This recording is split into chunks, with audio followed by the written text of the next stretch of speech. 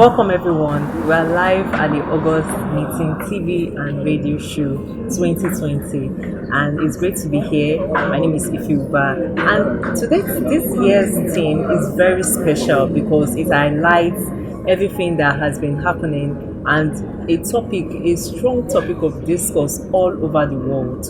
And we are discussing today about the education as an important tool for the proper emancipation of the Igbo girl child. And in the popular words of famous author Chimamanda Adichie, we should all be feminists. And I have an amazing panel here, women of substance.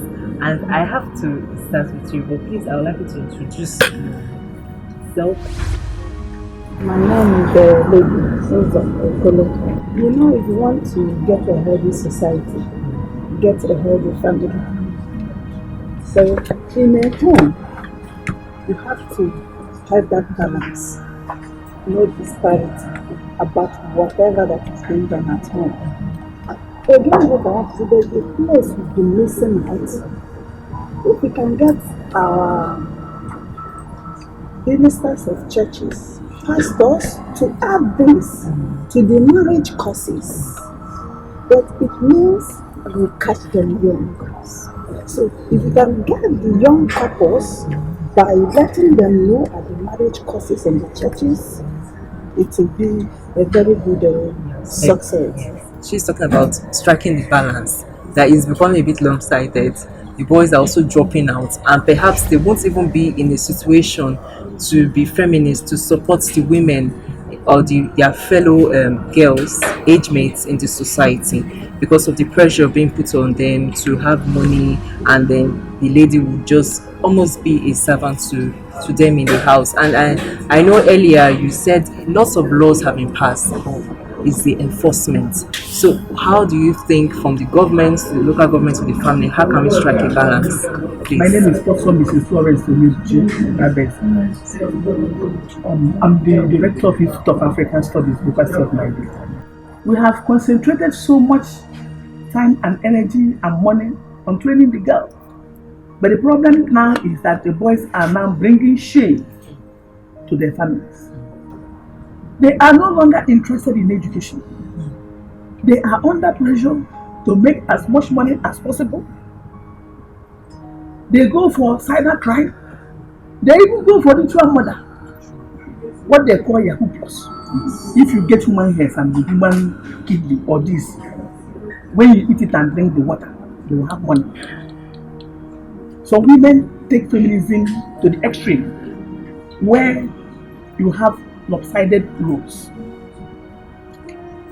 They want to be heads of the families, and at the end of the day, you can see the crisis is causing in the family. And like she rightly said, you need the necessary authorities. Now the days are the days of social media.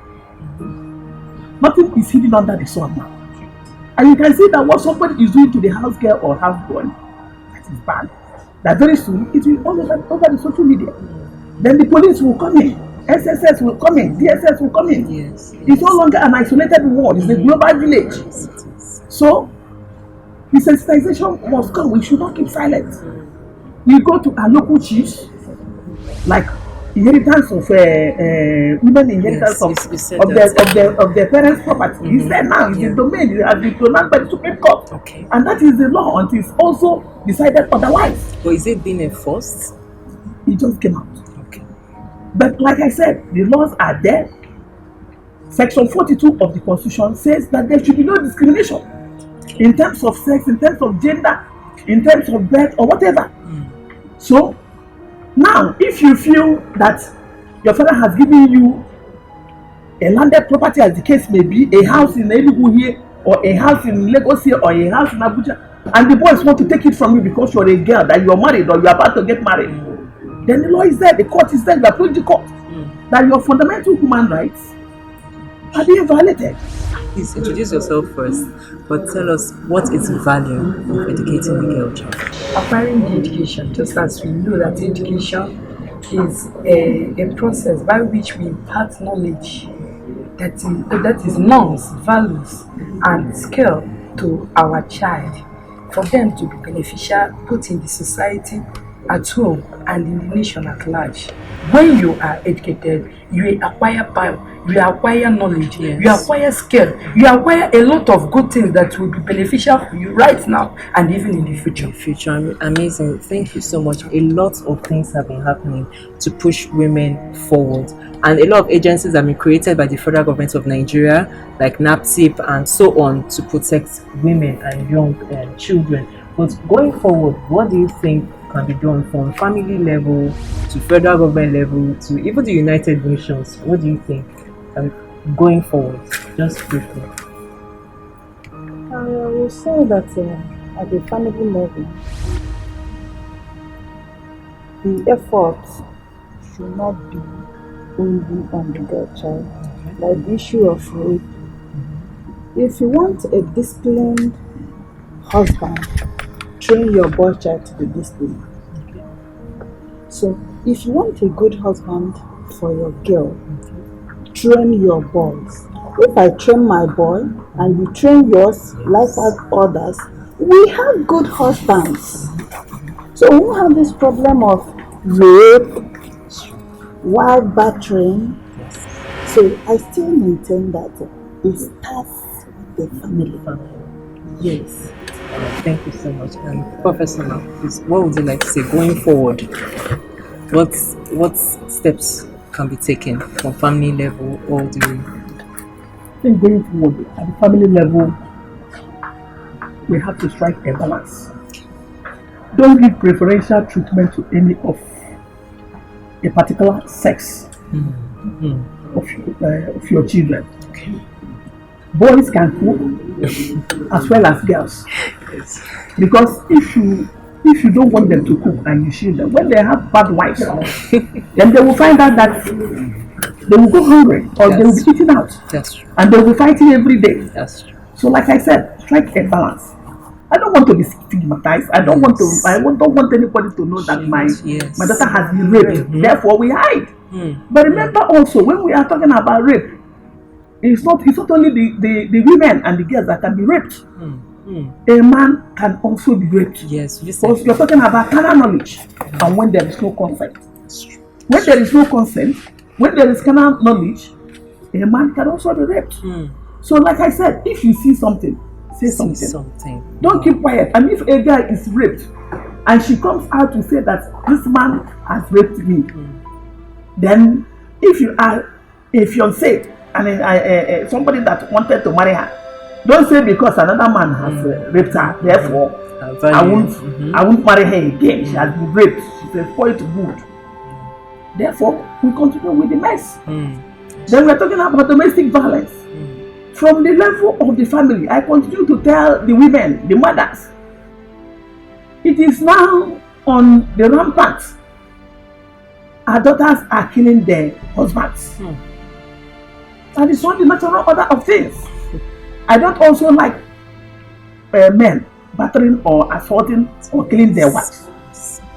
But like I said, it's on the rampant that there must be a summit. Women are now short-tempered. And they also fight violently like men.